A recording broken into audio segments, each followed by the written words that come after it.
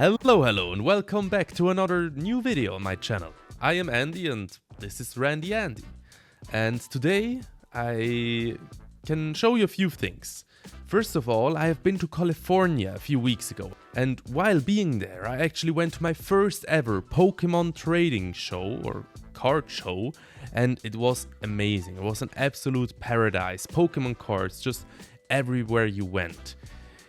I bought a lot of cards and packs. In fact, I completed my master set of 151 and Brilliant Stars, which I will show you at the end of the video, so stay tuned for that.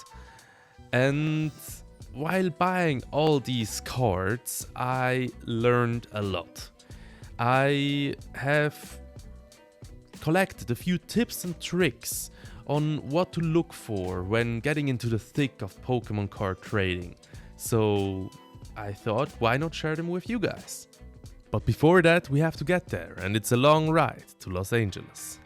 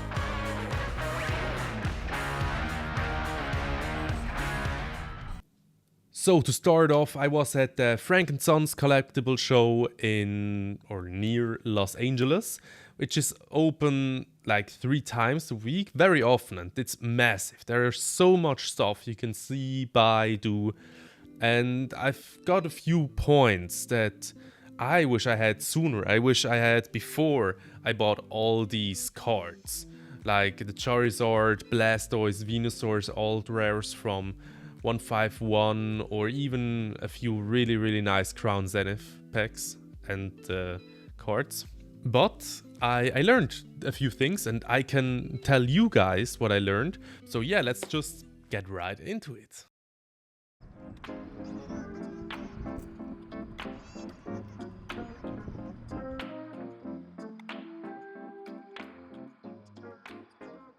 Point number 1. You should make a list. Lists are great. With lists you can write down the cards that you need and the cards that you want. So when you finished walking through all the aisles and gotten all the cards you wanted, you actually got all the cards that you need as well for your sets. Because I want many cards, but I need like a few cards, and at the end of the day, if I don't have the cards I need, I'm not happy with the cards I have. Even though I want the cards that I have, it may not be the cards I need for a master set. So important, really important, do that. Make a list. Organization is key, very important. Also, if you're organized, it's easier and you're done quick, and you can also ask the people around you what you need. Number 2, you can compare the different venues at these collectible shows. There are so many stops that are selling Pokemon cards, it can get kind of overwhelming. So how do you know which one's the best for you? Often it's the price. Many people have an idea of what they would want for a card and what they actually can get for a card. Like, the market value is often very different from what they expect for a card. And you can quickly find out if a shop or a venue or a place or a booth is overpricing their cards just by looking at the packs they have in offer. For example, if they have 151, which mostly every store had, you can immediately see, is the 151 booster pack at a $16 price point, or is it at a $12 or $11 price point. And just like that, you know, hey, this is too expensive, or hey, this is actually a good value. I can get this. I can get behind this. And that is something I did. I just walked around and checked, okay, here the packs are way more expensive than over there. Or also like different cards. You know, it's mostly like that, because sometimes you have very nice vendors which are close to market price or market value. And then on the other hand, you have vendors that overprice everything so much, which is just crazy. It's mind-blowing even. So that is something you should definitely be on the lookout for. And that's rule number 2. So, rule number 3. If you go to a booth and you have your organization, you know, okay, this booth has a good price, try to buy as many cards at once as you can. If you, for example, buy 10 cards and the total price is $700, the possibility that he will give you a percentage of this price is way higher. That is because buyers often buy cards at 80 or 70% of the initial cost, and when you come over and buy, I don't know, $700 worth of cards, they can give you 10 to, let's say, 15% of that cost, and they still make a good value all across. Don't go to a shop where you know, hey, the packs are in a good price, the cards are decently priced as well. Don't go and say for a $500 card, you'll give them 100. That's just insulting, and it doesn't bring anybody any further. But you can tell them, or you can even ask them, hey, for all these cards, could you do a price? Or could you do something better for me? Or could you like come a little bit lower with the price? That will work. That's like fair, and you can just ask them. Like, asking is okay, but don't lowball them out of their life. It's not that nice, not too fair. 7. Could you do anything on that? That's my boss.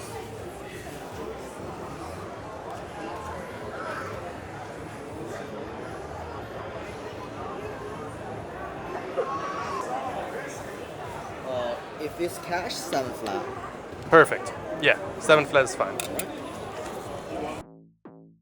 So, number 4.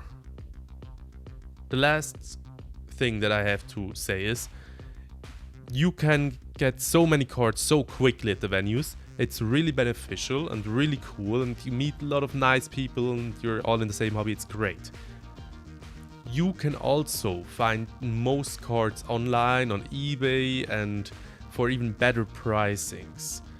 It is an alternative, depending on how you are, who you are, and what your options are. Sometimes you have to travel a little bit, you have to maybe ride your car for 2 hours to a location, make sure that it's a public location, or right in front of the police station is where I met somebody. Very, very interesting story, but for another time. And that's actually how I was able to complete one of the 2 sets that I wanted to complete, which I'll show you at the end of the video. Or even now, maybe as we speak. You can already see here, this is the Brilliant Stars set that I'm completing right now. And it's amazing. Look at all these cards right here. Crazy. I know, crazy. And after this one, we're actually completing the 151 set. I know, what? You're asking me? I don't know, it's just wild. I know, I'm a crazy guy. So yeah, that's what I did in California. I really enjoyed my time there. And with these 4 tips, you can definitely save a lot of money. It's still stressful because it's always a lot of thinking about which cards you want to buy, where you can maybe get a good price for these cards, or even the best price for these cards. And you're always carrying a lot of money with you as well. So just try to have fun and enjoy it while you're there. With that being said, I will now let you watch as I finally complete the master set of 151. And I hope I see you the next time. Like, subscribe, and bye!